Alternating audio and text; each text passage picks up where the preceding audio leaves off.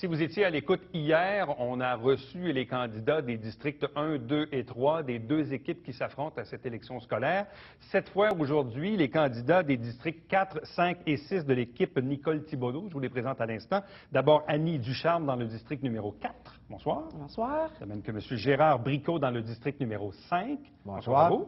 De même que Pierre Terrien dans le district numéro 6. Bonsoir. Bonsoir et bienvenue. Un peu, district numéro 6, parlez-nous un peu du territoire. Territoire numéro 6, ça englobe Saint-Eugène, Saint-Edmond et une partie de Saint-Lucien jusqu'à l'école de Saint-Lucien, le sud mettons, de Saint-Jean sur Richelieu. Donc, un territoire plus densément peuplé qui compte combien d'écoles? C'est environ, mettons, 7 écoles environ. Bon, on sait que notamment l'école Saint-Eugène est probablement une des écoles primaires les plus occupées là, de Oui. tout le territoire. Là. Il y avait même eu, je pense, certains transferts vers Saint-Blaise là, à un certain moment. Qu'est-ce qui fait que vous avez de l'intérêt à vous présenter à cette élection scolaire cette année? Mais moi, je suis enseignant de profession, en formation professionnelle à la commission scolaire Marie-Victorin en électromécanique. Et aussi, j'ai un enfant qui va toujours fréquenter l'école publique. Et pour le pourquoi que je veux me présenter, mais c'est à cause que c'est mon quotidien être dans l'enseignement. Et si je peux apporter un plus au conseil des commissaires par rapport à c'est quoi la réalité que les enseignants ou le milieu scolaire vit, mais je vais amener mon plus à l'intérieur de ça. Bon, quels sont les enjeux dans le district numéro 6? Donc, vous l'avez dit tantôt, Saint-Eugène, Saint-Edmond, Saint-Lucien, là, principalement.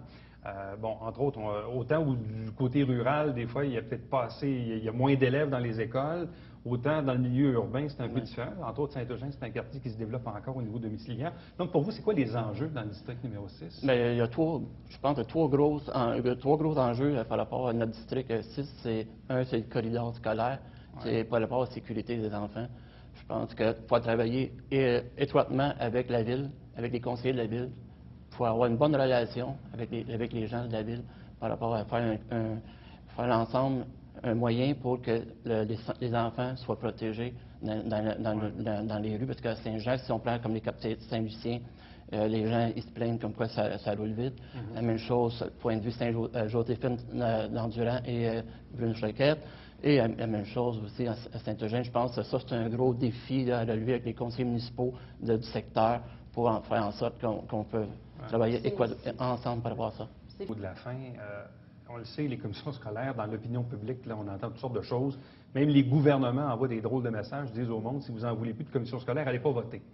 Mais là, en même temps, visiblement, il y a deux équipes qui s'affrontent. Il y a même des candidats indépendants. Il y a un engouement, visiblement, pour occuper ces sièges. Il y a une démocratie qui est toujours en place, qui est la démocratie scolaire. Qu'est-ce que vous répondez à ces gens-là qui ont un doute sur le bienfait ou non de l'existence des commissions scolaires? Mais moi, je crois qu'il ne faut pas avoir un doute pour aller voter. C'est que le gouvernement a envoyé un message d'aller voter et c'est aux citoyens d'exercer le droit de vote et d'aller pour aller voter pour une personne qui pense qu'il peut le représenter le mieux possible. C'est dans ce sens-là. Et non, parce que les commissions scolaires ne se feront pas demain matin. C'est pas ça le message, parce qu'il y a deux sortes de messages. Le message d'aller voter et l'autre message, mais on va couper pour enlever les commissions scolaires. Mais c'est pas ça la réalité. La réalité, c'est qu'il va y avoir encore des commissions scolaires demain matin et il va en avoir encore pour 4 ans. Et c'est juste l'affaire, c'est que les nouveaux conseils des commissaires devront s'asseoir et vérifier pour l'avenir des commissions scolaires. Tout le monde va voter. À vous trois, merci infiniment. Bien, merci. Donc, un gros merci, bonne chance à vous.